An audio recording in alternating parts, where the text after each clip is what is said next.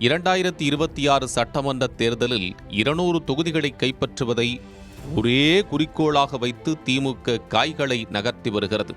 ஆனால் இந்த பக்கம் அதிமுகவோ ஏற்கனவே கூட்டணியிலிருந்த பாஜகவை கழற்றிவிட்டதோடு பாமகவும் கழன்றுவிட ஒண்டிக்கட்டையாக நின்று கொண்டிருக்கிறது. நீயும் நானும் ஒன்னு, காந்தி பிறந்த மண்ணு என்று பாஜக தூது அனுப்பினாலும் என் வழி தனி வழி என ஒத்தையடி பாதையில் சோலோவாக நடந்து கொண்டிருக்கிறது அதிமுக. இந்த நிலையில் எடப்பாடியாரின் முடிவால் அதிமுக தொடர் தோல்விகளை சந்தித்து வருவதாகவும், பெத்தெடுத்தவ யாரு, அழகு பேரு வச்சது யாரு, தத்தெடுத்தது யாரு, இப்போ தத்தளிப்பது யாரு என மாஜிக்கள் உள்ளுக்குள்ளேயே குமுறிக் கொண்டிருப்பதாகவும் எம்ஜிஆர் மாளிகை வட்டாரங்கள் தெரிவிக்கின்றன.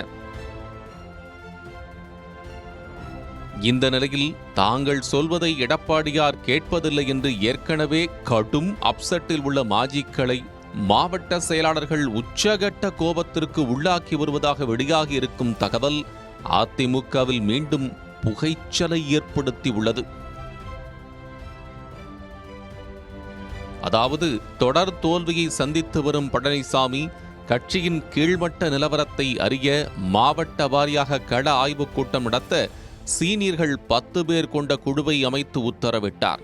இந்த நிலையில்தான் நவம்பர் 11ஆம் தேதி கள ஆய்வுப் பணிகள் தொடங்கப்பட்டதிலிருந்தே பல மாவட்டங்களில் கலவரம், ரணகளம் என லோக்கல் பாலிட்டிக்கல் ஸ்டண்டுகள் பாரபட்சமின்றி அரங்கேற கள ஆய்வு நிறுத்தப்பட்டதாக விவரம் அறிந்தவர்கள் கூறுகின்றனர்.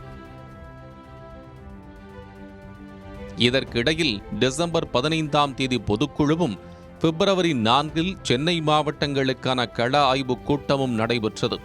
இந்த கூட்டத்திற்கு பிறகு தமிழகம் முழுவதும் மாவட்ட வாரியாக தனித்தனியே கட்சி நிலவரம் குறித்த அறிக்கையை எடப்பாடியிடம் ஒப்படைக்கப்பட்டுள்ளதாக இரத்தத்தின் இரத்தங்கள் தெரிவிக்கின்றனர்.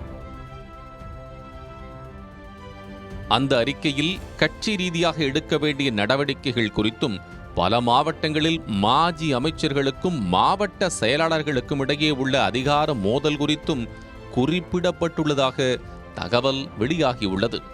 அதேபோன்று பல மாவட்ட செயலாளர்கள் திமுக அமைச்சர்களுடன் தொடர்பில் இருப்பதாகவும், அதனால்தான் திமுகவிற்கு எதிராக மக்கள் போராட்டங்களை அந்தந்த மாவட்டங்களில் முன்னெடுப்பது இல்லை என்றும் ஹைலைட் செய்து காட்டப்பட்டுள்ளதாக கூறப்படுகிறது. குறிப்பாக கொங்கு மாவட்டம் மற்றும் மூத்த மாண்புமிகுகளின் மாவட்டங்களில் உள்ள அதிமுக மாவட்ட செயலாளர்கள் மறைமுக டீலிங் செய்து கல்லாகட்டி கொண்டிருப்பதாகவும் குற்றச்சாட்டு முன்வைக்கப்பட்டுள்ளதாம்.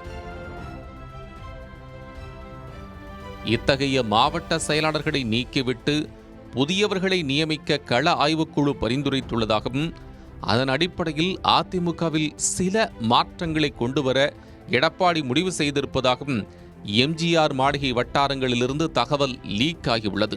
எனவே விரைவிலேயே அதிமுகவில் பல்வேறு அதிரடி மாற்றங்கள் நிகழலாம் என்றும் எதிர்பார்க்கப்படுகிறது.